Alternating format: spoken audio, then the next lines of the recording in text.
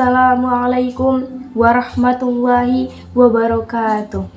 Alhamdulillahirabbil alamin. Wassalatu wassalamu ala asyrafil anbiya'i wal mursalin wa ala alihi wa ashabihi rasulillahi ajmain. Amma ba'du.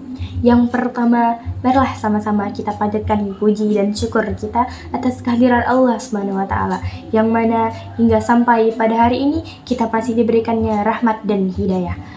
Selanjutnya, sholawat beriringkan salam, marilah sama-sama kita haturkan kepada junjungan kita, Habibana wa Nabiyana Muhammad sallallahu alaihi wasallam. Allahumma sholli wa salim wa barik alaihi. Yang terhormat para hadirin rahimakumullah. Pada kesempatan kali ini, saya ingin mengajak kita semua untuk merenungkan salah satu aspek penting dalam kehidupan kita sebagai umat Islam, yaitu pertanggungjawaban lisan. Lisan ini adalah salah satu nikmat terbesar yang Allah berikan kepada kita sebagai hamba-Nya. Karena dengan lisan, kita bisa menyampaikan ilmu, berkomunikasi, dan bahkan berdoa sekalipun kita menggunakan lisan.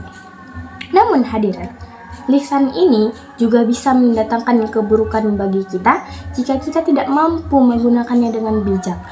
Rasulullah mengatakan dalam sabdanya, sesungguhnya di antara perkataan yang paling buruk adalah perkataan yang tidak bermanfaat. Ini membuktikan secara jelas bahwa penggunaan lisan harus amat sangat kita perhatikan. Karena nikmat lisan ini akan kita pertanggungjawabkan kelak. Pertanggungjawaban lisan ini adalah salah satu bentuk tanggung jawab kita kepada Allah. Karena segala sesuatu yang keluar dari mulut kita itu nantinya akan kita pertanggungjawabkan langsung di hadapan Allah Subhanahu wa taala. Allah mengatakan dengan jelas dalam firman-Nya, "Ma yalfizu min qaulin illa ladaihi raqibun atid."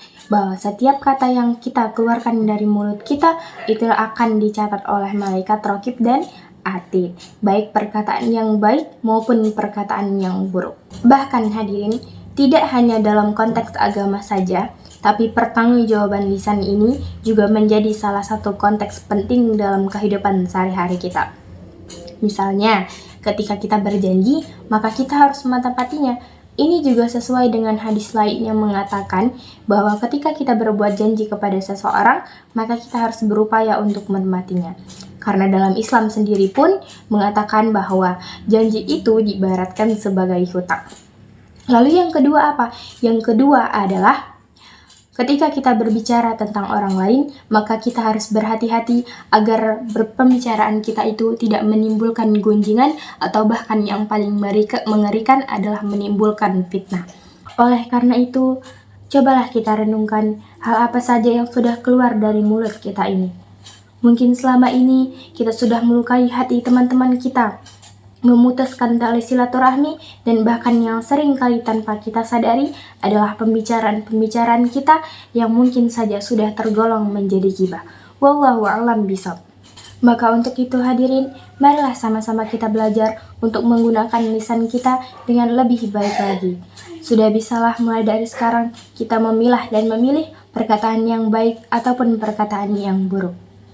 Akankah itu perkataan yang bisa menimbulkan berkah bagi diri kita sendiri? Ataukah itu perkataan yang bisa menimbulkan musibah? Akankah itu perkataan yang bisa menyanjung hati seseorang atau malah menyinggungnya? Demikianlah ceramah singkat yang dapat saya sampaikan. Kurang dan lebihnya saya mohon maaf. Kepada Allah saya mohon ampun. Wabillahi taufiq wal hidayah. Wassalamualaikum warahmatullahi wabarakatuh.